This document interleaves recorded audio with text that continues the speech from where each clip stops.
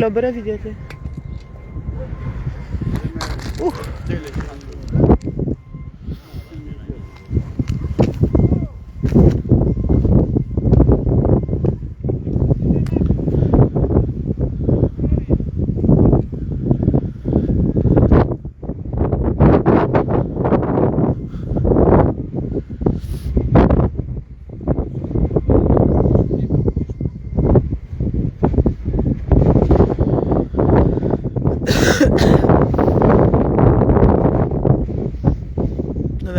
Trajtojmë ndryshe problemi këtë herë.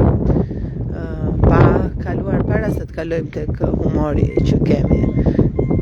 Sa prej jush, ose ju më saktë, sa njerëz njihni që sidomos së fundmi, në 2-3 vitet e fundit, janë të prekur nga kanceri. Sa njerëz njihni që janë prekur nga tumore të ndryshme. Unë nuk e di, po njoh shumë dhe predispozita është të ketë edhe më shumë qarkullim. Nga se vjen kanceri. Këto i shqiptiqen kështu. Edhe nuk është se i plas a intereson njeriu se çfarë ndodh apo çajri thithim e ku jetojmë ne populli Mjeran.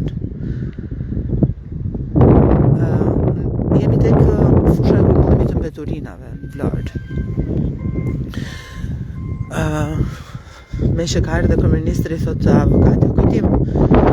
Andaj është drejtuar. Inshallah e shikon. Kjo është situatë alarmante, kjo është situatë serioze. Nuk është çështja tek se nuk bëjmë politikë fare, se s'ne intereson politika, se s'kemi për këtë bëjmë politikë. Por realisht, kjo puna e mbeturinave do të marrë fund. Dhe nga tjetër, qa po ndodh me atë landfillin, pse nuk është vendosur punë? Pse vazhdojnë gënjejnë muaj për muaj shty, vit pas viti, pse gënjejnë për landfillin? Rama, o Rame, si thot Basha, se duhet t'i themi Bashës tani që të ta bëj si pyetje. Kjo është Vlora, Rame. Bëj gallat në për TikTok, merë demokrat, mendo për fushatën e ku diun për shtabe elektorale, halal ta kesh, je makineri politike, por të lutem jemi zgjidhje këtyre situatave. Dhe për Elmal Dredhen po më vjen keq në fakt se pas ka fat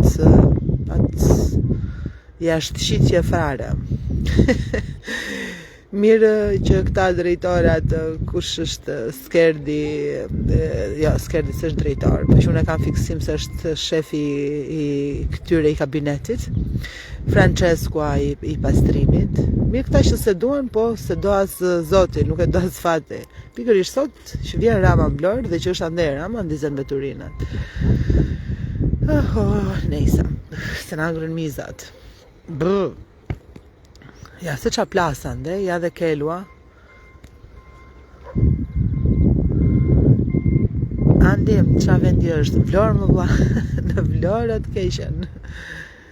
Fusha mbeturinave të Vlorës.